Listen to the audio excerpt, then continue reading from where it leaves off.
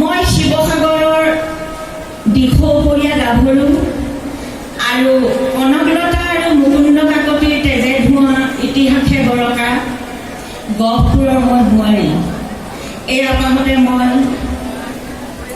আজিৰ সভাত উপবিষ্ট মান্যবৰ হ'বলৈ আৰু বিহুবলীয়া ৰাইজ হ'বলৈ মই সশ্ৰদ্ধাৰে ৰঙালী বিহুৰ ওলগ জনালোঁ।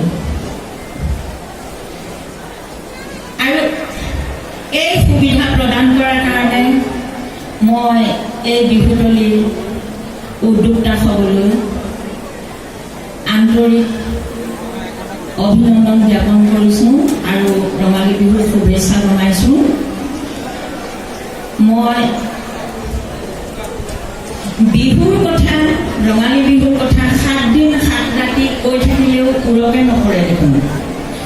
মোৰ স্বৰচিত কবিতা এটিত বিহুৰ বৈশিষ্ট্য কেইটিমান আছে, সেই কবিতাটিকে আপোনালোকৰ আগত পাঠ কৰিবলৈ ওলাইছোঁ। বিহু, বিহু নাচ, ৰঙালী বিহু, এই শব্দৰ উত্তৰ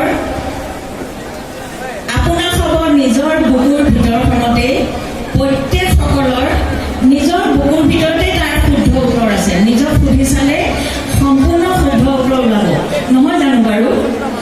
আৰু কিয় জানো মোৰ এই জীৱনৰ বিয়লি বেলাটো যিমানে মই প্ৰত্যেক বছৰে মই বসন্ত গৰকিছোঁ, বহাগ মাহটোত মোৰ বয়স 16 বছৰৰ পৰা তাৰমানে এদিনো আগলৈ যাবলৈ নিবিচাৰে। মই 16 বছৰ এজনী হৈ পৰোঁ। বাৰু ধন্যবাদ। মই এতিয়া মোৰ স্বৰচিত বিহুৰ সম্পৰ্কীয় বিহুৰ বৈশিষ্ট্য ৰক্ষিত স্বৰচিত কবিতাটি পাঠ কৰিছোঁ।